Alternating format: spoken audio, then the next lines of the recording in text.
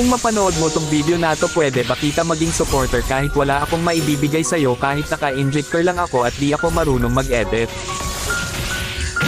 Gusto ko lang maranasan ang pakiramdam ng may humahanga sa bawat video na ina-upload. Sobrang saya kasi pag nakikita mo na may sumusuporta sa'yo kahit na simple lang mga ginagawa mo.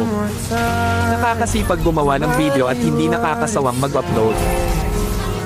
Sa panahon kasi ngayon, pag wala kang maibibigay ay malabo ka pansinin ng iba. Sa halip puro masasakit na salita pa ang mababasa mo, nakakalungkot man isipin, pero yun ang totoo. Di ko naman nilalahat pero karamihan ganon. Ang hirap kasi pag walang talent, pag di ka gwapo, maganda o sikat na kilalang tao. Ang hirap pag di ka mayaman.